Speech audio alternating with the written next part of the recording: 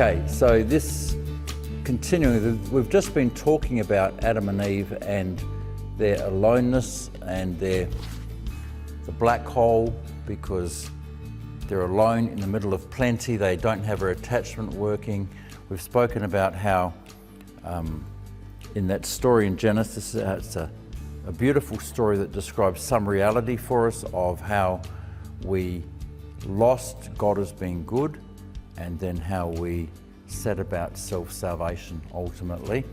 And so, Dad, we've got a God, it's not real, but we're now climbing to it in an attempt to fulfill our identity as sons and daughters of God, which is already freely given to us.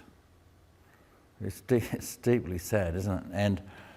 And we have this judge in us accusing us, which is somehow linked to with the authority of God, and this judge is an accuser in the image of its promoter, which was Satan, in us, and that's going. And so it's a very sad place. And we've been going through the lies.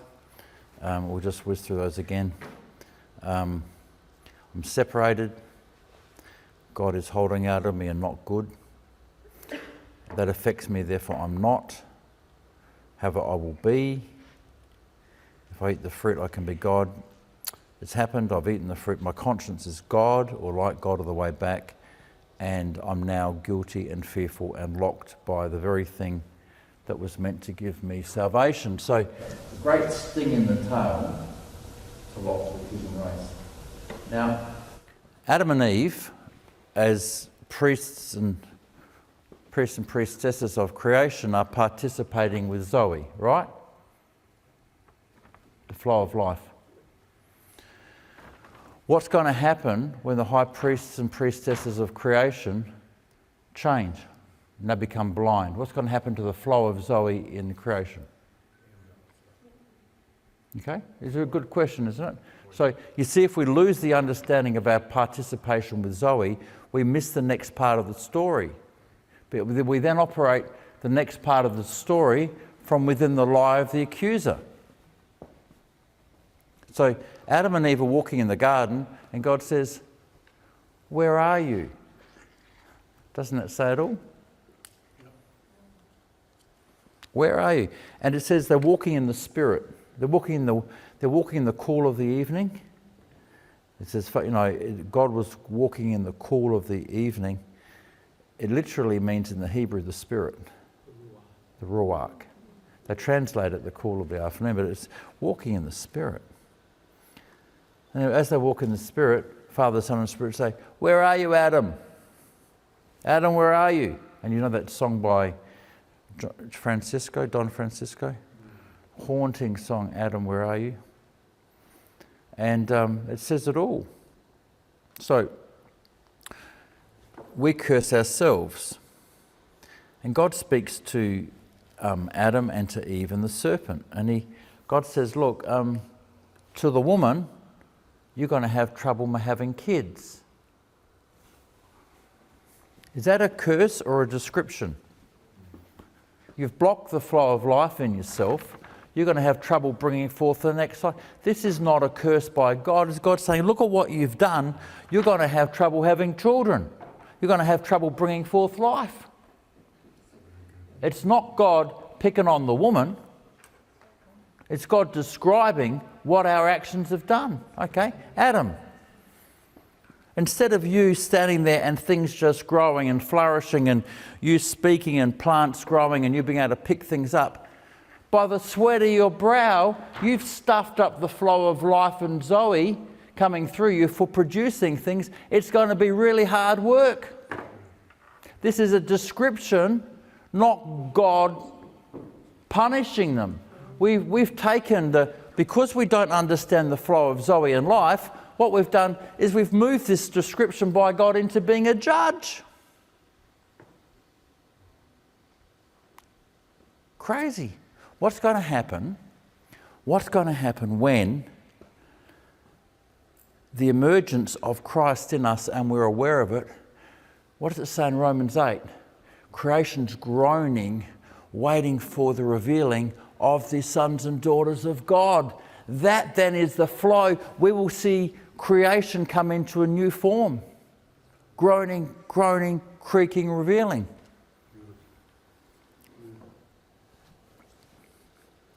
So creation longs for this rectification, the emergence and the flow of Zoe. And we long for when creation is liberated and earth brings forth its life and reproduction flows easily and our bodies are healed. Ouch. Was this Dad spanking us? Nah. This Dad's saying, look what you've done. So I find that so hopeful, because as we understand who Jesus is in us, and as we participate with Jesus in us, what is going to happen to the world?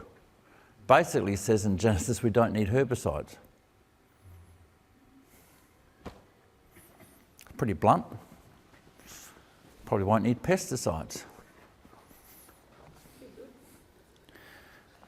And other people are trying to have humanicides, but that's another topic. Okay, now, the sin enters through Adam, yet Eve ate. Now, we've covered this already, but I wanted the references. Therefore, just as through one man sin entered the world and death through sin. Who ate the fruit first? Eve. It doesn't say that. It says sin entered the world through one man. So sin preceded the eating of the fruit. Sin, in that terms, is the aloneness of Adam and the deep black hole of Adam. This is our incompleteness, which people want to reduce to actions. The work of Jesus in coming to our flesh, the work of Jesus in plummeting into our flesh, overcoming our man-made religion, our darkness, isn't about the actions, it's about the fundamental nature of who we are. Sin entered the world through one man, whatever they mean by one man, but it was before the eating of the fruit. So it's the aloneness and the deep black hole and pain and the turning away and the loss of the goodness of God. That's our sin. And then, Paul says in Timothy, Adam was not deceived, but the woman being deceived fell into transgression. Pretty blunt. Now, in the Jewish Midrash, it's very clear that Adam was complicit. It's really... How does that fit with Adam was not deceived? He knew what he was doing. Adam was complicit with Satan. So Eve becomes deceived through conversation With Satan. However, Correct. Adam was not deceived, he already knew what he was doing. Adam was complicit with Satan. Satan was complicit with Adam. A woman was being worked on and she became deceived. So Eve had to be tricked with Adam. She had to be tricked. Adam was the naughty boy. It's pretty amazing, isn't it? You look at it.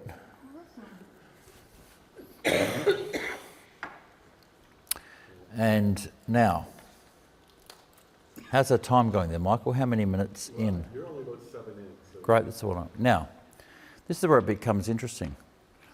We've been looking at the flesh, and what we're going to do is, just before we do that, we're just going to just leave it there. We've got this little thing here. We've got an accuser in us.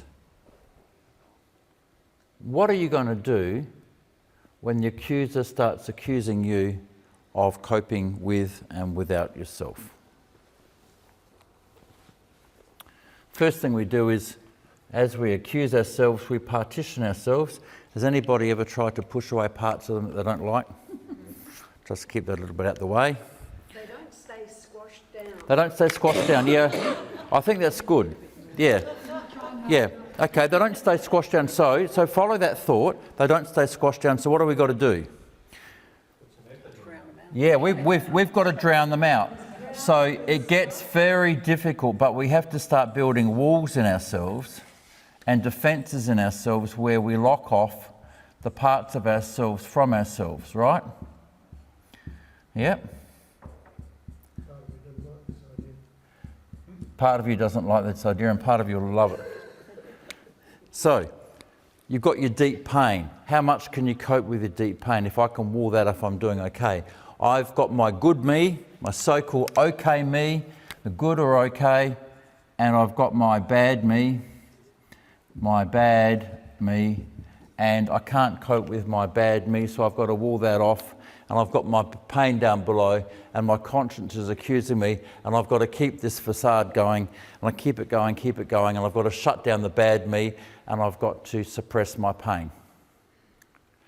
How much open relating, naked, face-to-face, emotional inclusion, sharing of the Father, Son and Spirit am I capable of when I'm like that? All your effort and energy is going to... Right, and I was speaking with a friend of mine who's been going through an inner healing process, and he said, Bruce, I've been working with this counsellor, and he said, I can now make love to my wife and be full on in her face. I can now be there. It's just with his wife. What about Father, Son and Spirit? When you look at our prayer life and our internal being and our walk with Dad, how much of this is operating in our games with Father, Son and Spirit? Bruce, I hate to criticise your diagram, but my experience is that before I came in here, you were playing gospel. Keep going in. I hate to say anything bad about your diagram, but my experience before I came into the kind of gospel that we're talking about today, where God did it and we didn't have to do it, is that I didn't have a lot of static wall. I had to keep rededicating myself to my rededicated life. Right? And so there was a sense in which Robert Frost is beautiful. Something there is that does not like a wall. So was this sort of a circular rededicator like that? Climbing up, rededicate, climbing up, rededicate? Well, the wall's falling over all the time, so you've got to keep rebuilding. The wall's not good enough. Yeah, something there is that does not like a wall. Right? It keeps That's it. falling over, and so the rededicator has come to put new rocks into the wall. Yep. And so there's an active thing. I'm saying it's not a simple static thing where you can build it and be good. Oh, no, it's not. And live with it. You've got to rededicate the whole thing. Oh, no. The point Ian's making is this is not stable.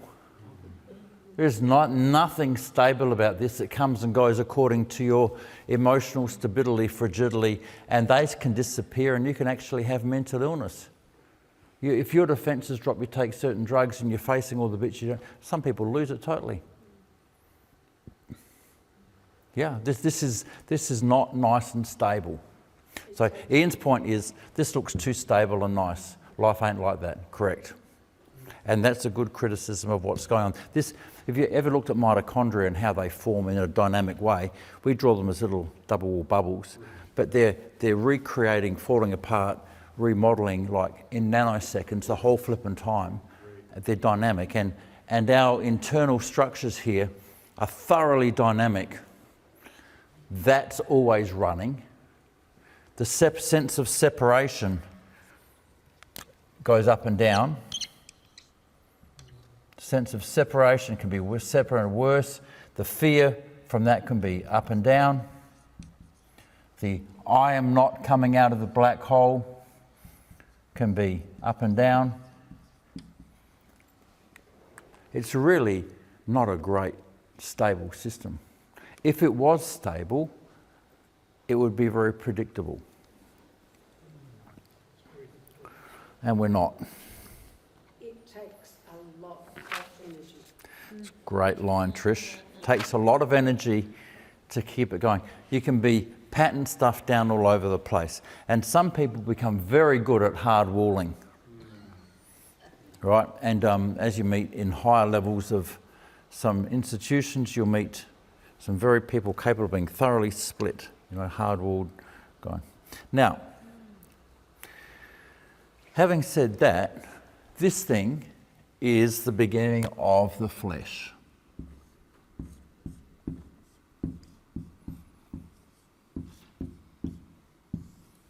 Sin entered the world through one man. It wasn't the eating of the tree.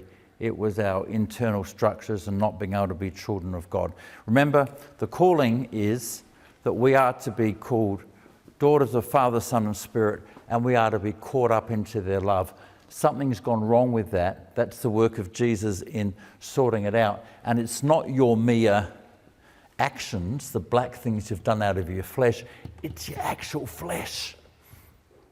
It's your actual, foundations. And with that, it's your formation of a religion, which is that second little circle there. So this is not... Now, the scripture says that really clearly. It says that sins, which people go on about, are the fruits of the flesh. And Paul says, now, the works of the flesh are evident. Galatians 5:19. You'd say adultery, fornication, uncleanness, lewdness, idolatry, going on. All these are, inverted commas, sins, right? According to the law, but they are a fruit of... They're a fruit of our darkness. Well, we don't know we're children of God. We don't know we're loved. We don't know love. We know life. We're part of the flow of life, even if we can't recognise it. And we're walking it in darkness, and darkness is where you don't know you're loved. And then out of that, with all your pain and your machinations, you combine this with the capacity for aloneness, where you've now got pain going on. You can be alone, but your conscience is accusing you. Now it can accuse others. Well, if your conscience accuses others, I can have a wall there, and I can decide that all of you need to be actually eliminated. And I can feel nothing. You may, it's just terrible what we can do. So if sins are a fruit of the flesh, what's the point in repetitively confessing your sins if you don't get to the root of the problem?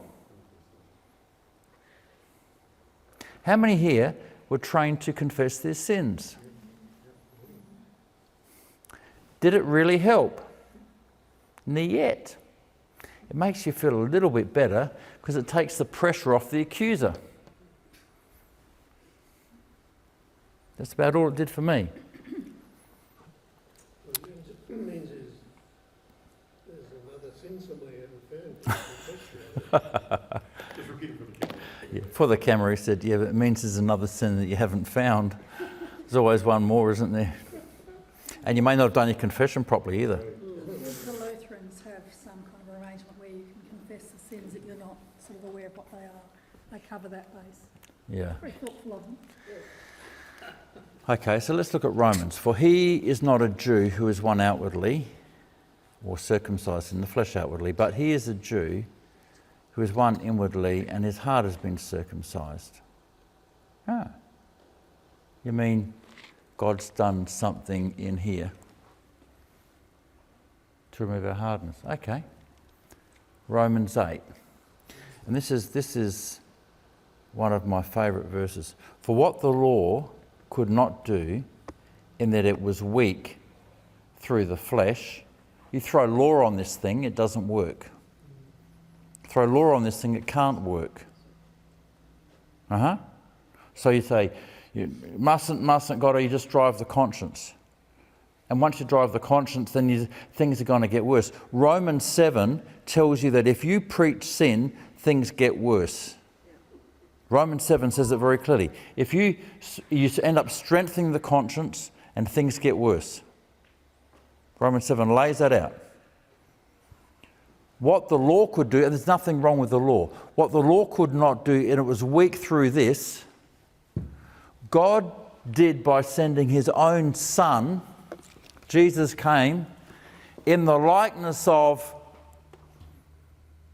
sinful flesh. He came as us, as we've discussed in that last section, on account of our sin, to condemn this flesh business. That The righteous requirements of the law, and that's not moral, the righteous requirements that you can receive love and give love, that you can receive, might be fulfilled. How beautiful is that? So you put the work of Christ against the work of our flesh, and you realise it's not about what you call sin. The fruit of the flesh, the fruit of the conscience. I start splitting myself. I will be, I am not. And then we've talked about this, which is I start putting defences up.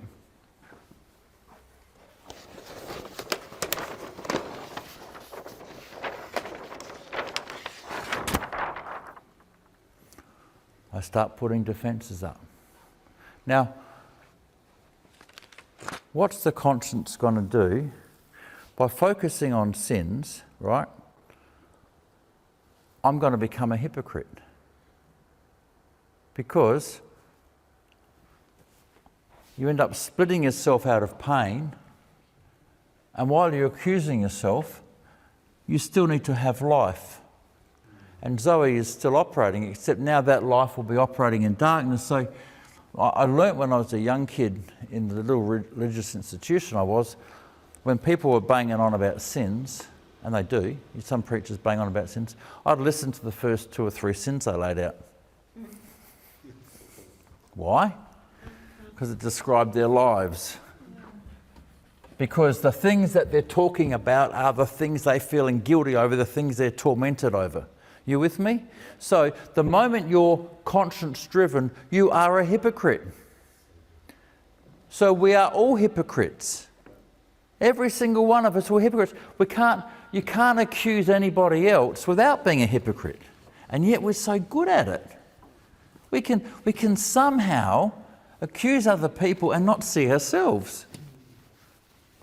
Well, you may not be like that, but I have discovered, because I've got a saviour called a wife who can point it out for me, that I'm very good at it. Sorry? She says, don't drag me into it. So where are you sleeping tonight, Bruce? Yeah, where I usually sleep. With a dog. Joke. Oh, dear me.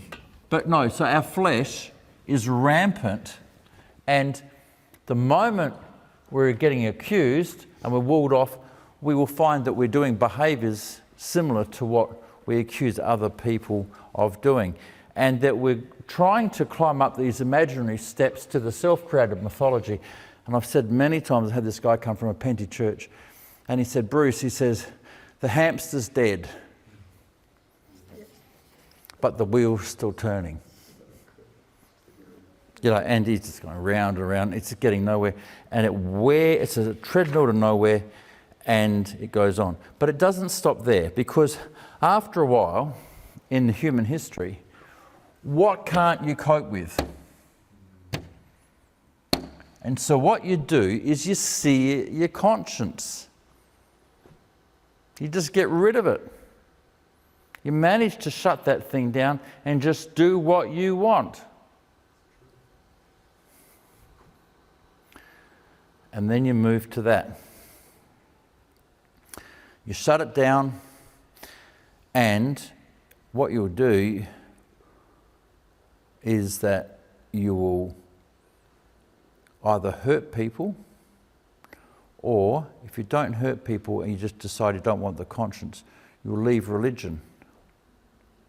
And if you leave religion, you might be, without hurting people, you might be in a position to get ears. So some people shut this down and they will just go and hurt anybody. Others will shut it down because they can't cope with the pain and they can't cope with the climbing, and then they throw the whole concept of God and religion away. But if they understand some sense of life, and they don't want to hurt others, they're on the path to getting ears. We've met a good number of people that way. They've given up on the institution. They've given up on the stepwise logistical salvation. They've thrown it all away. They've called themselves atheists, but they've suddenly got ears to hear. And when you meet these people, you say, tell me about the God that you don't believe in.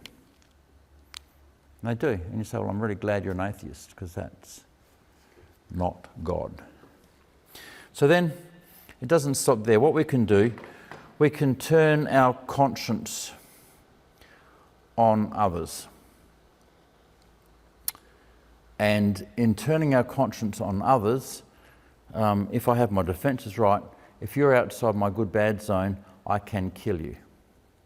Now, this process is the foundation, I believe, of the massive deaths, hundreds of millions, in communism, where they had a process where what they did was, you're part of the party, they had a very strong accusing process going on, and you had your line, and if you weren't in there, you were othered, and once you were othered, you were just dead meat. So this morality process of what's going on doesn't have to be God's morality here. We can stick whatever we want in there. A modern example of that is the woke movement. They've got their own sense of morality, and as they do that, if you cross that, they'll other you, cancel you, wipe you out, and basically kill you if they could, without a skerrick of thought. It's the same process that had occurred in the 20th century with communism. It's what we do in religion to ourselves and other people, and it's what we're seeing in social media and others in woke. It's that they have a moral basis, and they're so moral about where they are, whatever their legal framework is, but they're so righteous about where they are, and they're happy to other and kill and exclude people. So this thing is a strong part of our flesh. And isn't it ironic that when you get involved in the institution, what do they stick into every orifice of your body? The tree of the knowledge of good and evil. They teach you morality. When I got involved with the institute, came to know Jesus as I was involved in the institution, I wasn't taught to know the flow of life. I wasn't taught to know the love of the Father, Son in me. I wasn't taught to know the holding in me. I wasn't taught how to offload my pain into their arms. I wasn't taught all those things. They're things we've learnt as we've got out of it. A long journey out. But this thing, which is our flesh, this was actually strengthened after I found Christ. And yet I look at these ways the Holy Spirit met me, and when she met me and did things, she didn't strengthen that. But I couldn't see it at the time. Now, let's ask another thing. Do you think that this thing could be the basis of religion? Okay, next question. Do you think it could be the base of the Buddhist religion? Yeah, they're watching. Basis of the Hindu religion. Yeah. So, could it be the base of the Muslim religion? Is Satan the father of this thing? Yeah. So is Satan the father of all religion? What about Christian religion? So let's just run that. Satan might be, through this process, the father of Christian religion. I'm not talking about walking with Jesus in you. I'm not talking about a community of believers. I'm talking about Christian religion and morality and judgment. Is Satan the father of this stuff? Okay. So we have to ask ourselves, which tree are we living from and which tree are we eating? Are we eating from the tree of the knowledge of good and evil as our fundamental, or are we living from the tree of life, which is Christ in us? Now, if you're living from the tree of life, what happens to this thing? When you're living from the tree of life, as you live from the tree of life, you're knowing life and you're aware of when there is and isn't love. The knowledge of good and evil is reframed by the Spirit as a servant for you to be aware, is there love operating or not love operating? Right? But if this comes into existence in a place where you're loveless, where you're alone and hurt and scared and God is not good, it brings death. If you know the love of the Father, this thing, which is part of creation, is a useful servant and a very shocking master when you're alone and hurt and scared. Was that clear enough? So, we've lost the eternal love story and substituted it with morality. We've lost our identity as sons and daughters of Father, Son and Spirit and replaced it with morality. We have lost union and believe we're separated and get back by morality. How are we going for time there, Michael?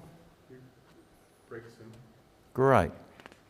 So, we've already laboured this point that Satan in this is the father of all religion, including Christian religion. It's pretty heavy, isn't it? Now this can go a step further. The conscience can become the basis by which we have cults and we have people handing away their own internal measure of right and wrong to someone behind the pulpit or some Jim Jones. And if you've got a developed conscience and you hand that over to somebody else and they start telling you doing things, you are basically in a position of being controlled, and that's how they work. Now, this leads to terrible abuse, and that shift where the conscience is externalised outside of them to somebody else or something else is also the foundation for the occult. For the occult, they're externalising their conscience and something or someone else will direct that. Well, you can do that within a cult and it has the same structure. Your conscience is not meant to be externalised, it's meant to be in you. Your conscience is meant to be operating as a servant to life and as a servant to love, and in that place no one will teach you to know the Lord, for you shall all know me from the least to the greatest. And clause 2 of the New Covenant says you never hand that away to anybody else or someone else. Is that clear?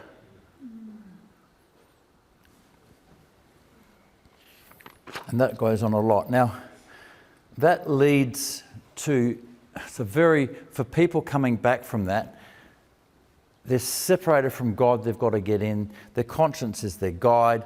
They've handed their conscience to an external person or structure that's now God, and that thing's now abusing them and they're powerless. When that thing becomes abusing them, and that's an outside person, and you've linked it to God, you're in a totally vulnerable, powerless place. Do you see how glorious the new covenant that God's given us is? No one shall teach his neighbour to know the Lord. You're all driven from the inside, not the outside. Now,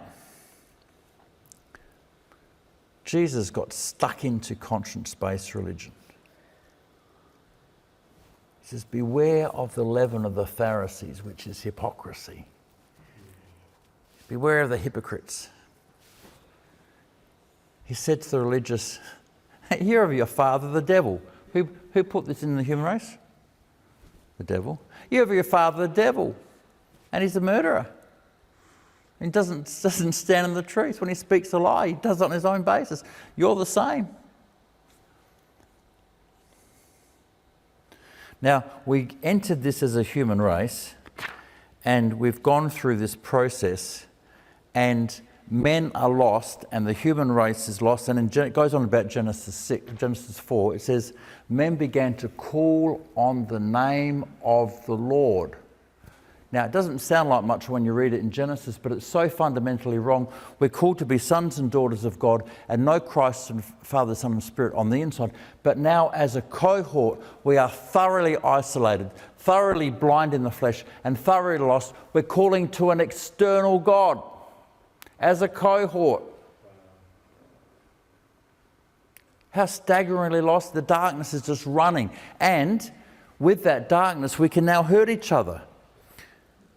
And it gets so bad, God's really sorry they've made man. Cain's rising up against Abel and kills him, and the earth is filled with violence. And we have fulfilled the flow of life. The flow of life coming through us is now operating through the darkness of the flesh and religion, and we're happy to kill each other. God is on our side, Allah is on our side. Yep. We're doing the work of the Lord. Just for the tape, God is on our side, Allah is on our side. Well, they're doing the work of God and killing people. Yes.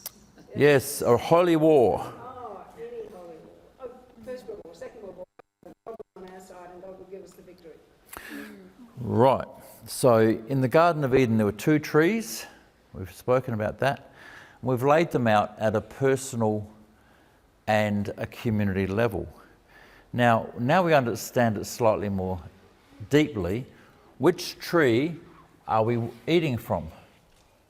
Are we eating from the tree of life, which is walking with a relationship with a beings in us, or are we living from our conscience? You know, Jiminy Cricket and Santa Claus, follow your conscience. Are you with me? Did you realise that the foundation of Freemason, one of the foundations is follow your conscience? Conscience-based structures. It fits with the process and what's behind it. Did you realise that walking as a believer is not walking in Greek philosophy with separation, and it's not walking with conscience-based structures from Satan? Walking as a believer in Jesus is walking with a relationship in you. And 2 Corinthians 13 verse 4, test yourself and try yourself whether you're in the faith, whether you're walking in the faith. Is not Jesus Christ in you? Where do we walk from? Do we walk from a conscience base? The tree of knowledge of good and evil, that alone? If that tree is working, you don't walk from it. It's a servant. It's a servant measuring life, love and relationship. Helps you sniff that way.